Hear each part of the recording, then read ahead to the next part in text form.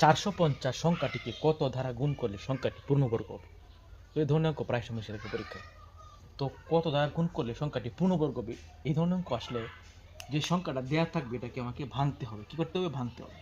তো 450কে 2 দ্বারা ভাগ যায়, 2 দ্বারা ভাগ করলে 2 দুগুণে 4, 2 দুগুণে 4, 5 দুগুণে 10, তারপরে 5 আর 2 7, 7 আর 2 9, তাহলে এটাকে 3 দিয়ে ভাগ যাবে, যেহেতু এটা 9, যেহেতু এই 3টার যোগফল 9, 9কে যেহেতু 3 দ্বারা ভাগ যায়, তার মানে এই সমূহটাকে 3 দ্বারা ভাগ যাবে। তো 3 দিয়ে ভাগ করলে হয় 3, 3 সাথে 21, 3 5 15, ঠিক আছে। আবার আমাদের 3 দিয়ে ভাগ, 3 25 75, ঠিক আছে। আবার যায় 5 দিয়ে ভাগ, 5 5 25, তাহলে কি পেলাম? 450কে আমরা পাইছি 2 ইন্টু 3 ইন্টু 3 ইন্টু 5 ইন্টু 5, তার মানে এই দুটো আছে জোড়, এই দুটো আছে জোড়, এইটা আছে জোড় ছাড়া, ঠিক আছে।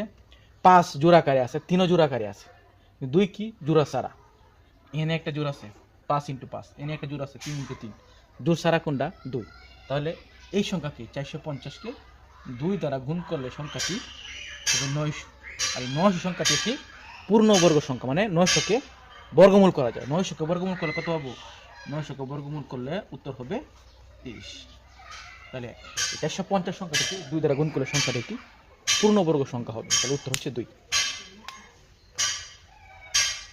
তো যদি ক্লাসটা ভালো লাগে থাকে তাহলে অবশ্যই লাইক, কমেন্টস এবং শেয়ার করুন, পেজটা ফলো দিয়ে রাখবেন। এই যে চাকরি পরীক্ষা আসা বিগত সালে সকল অঙ্কের সমাধান পাবেন।